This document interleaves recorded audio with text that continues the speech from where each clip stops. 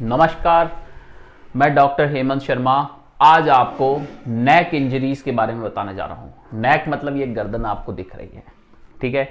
नेक injuries को समझते हैं, कैसे इसको ट्रीट करेंगे, क्या इसके स्टेप्स हैं, क्या जांचें होंगी, वो सब समझते हैं। नेक इंजरी मतलब कोई भी इंजरी हो सकती है कि आपको एक्सीडेंट से हुआ हो, कैसे भी।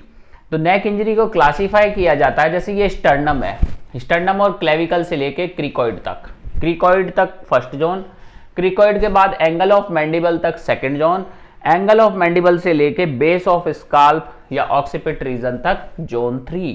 तो ये 3 जोन में डिवाइड किया गया है। अब ये जोन इंपॉर्टेंट क्यों है? ये जोन ट्रीटमेंट के लिए इंपॉर्टेंट है, इलाज के लिए इंपॉर्टेंट है। अब समझते हैं हम इसको। पेनिट्रेटिंग इंजरी कब कहा जाता है? नेक इंजरी को पेनिट्रेटिंग इंजरी हम कब कहते हैं? जबकि ब्रीच हो प्लेटिज्मा में। ब्रीच मतलब उसके अंदर पेनिट्रेशन हो गया हो प्लेटिज्मा के अंदर, तो ये हो गया पेनिट्रेटिंग इंजरी।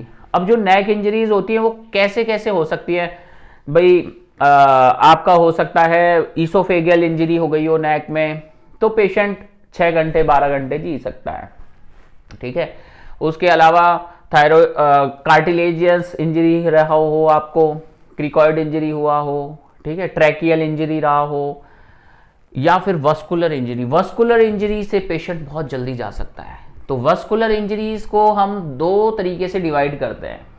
वस्कुलर इंजरीज को एक तो हार्ड वस्कुलर इंजरीज, एक सॉफ्ट वस्कुलर इंजरीज। तो हार्ड वस्कुलर इंजरीज को हम कैसे पहचानते हैं? जैसे कि पेशेंट के एक्टिव ब्लीड है, हमें ब्लीडिंग विजिबल हो रही है नेक की इंजरी की, तो यह है हार्ड। उसके अलावा एक्सपेंडेबल हेमाटोमा, हेमाटोमा का साइज बढ़ता ही जा रहा है, तो ये हार्ड वस्कुलर इंजरी में आता है।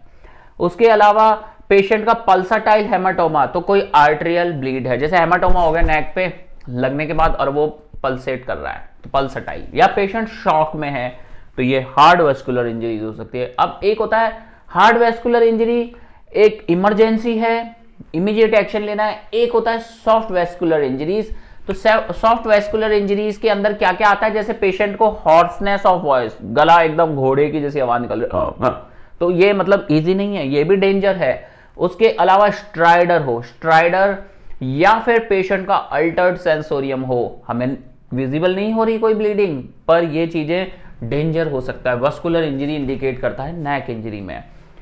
अब नेक इंजरी के पेशेंट को ट्रीटमेंट कैसे करते हैं समझते हैं। पेशेंट 2 तरीके का होता है, एक होता है अनस्टेबल, एक होता है स्टेबल। पहले बताता हूं अनस्टेबल के बारे में। अनस्टेबल मतलब जैसे बीपी नहीं आ रहा, पल्स नहीं आ रहा, हेमोडायनेमिकली अनस्टेबल है, एसपीओ2 भी डिटेक्ट नहीं हो पा रहा है, तो उस केस में पहले जोन का क्लासिफिकेशन जरूरी है।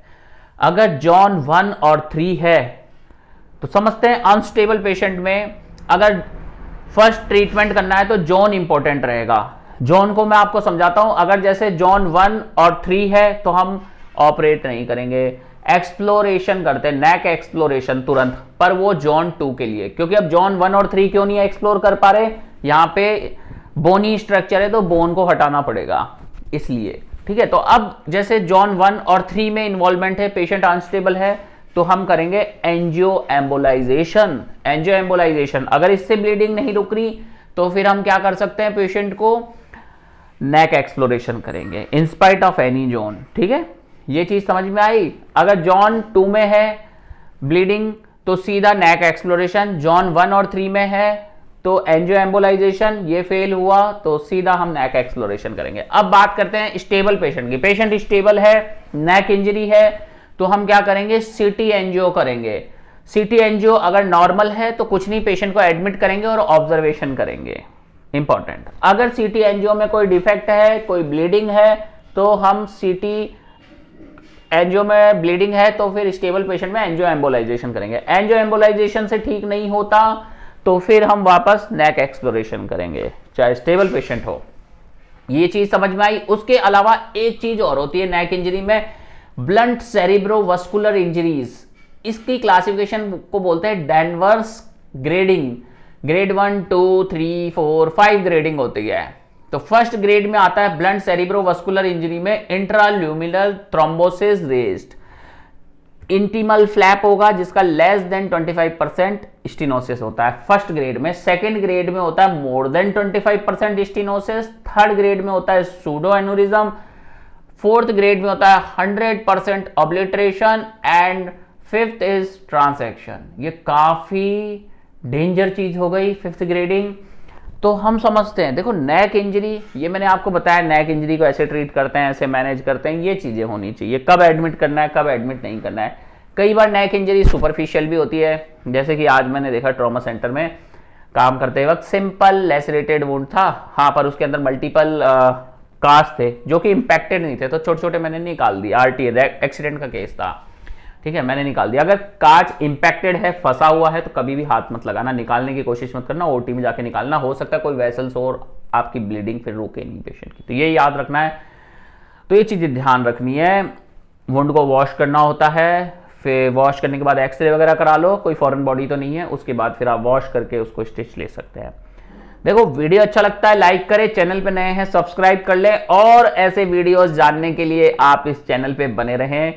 शेयर करना ना भूलें, वीडियो को लाइक करना ना भूलें। थैंक यू, धन्यवाद, गुड बाय, नमस्कार। मुझे लगता है नेक इंजरी आपको समझ में आ गई होगी।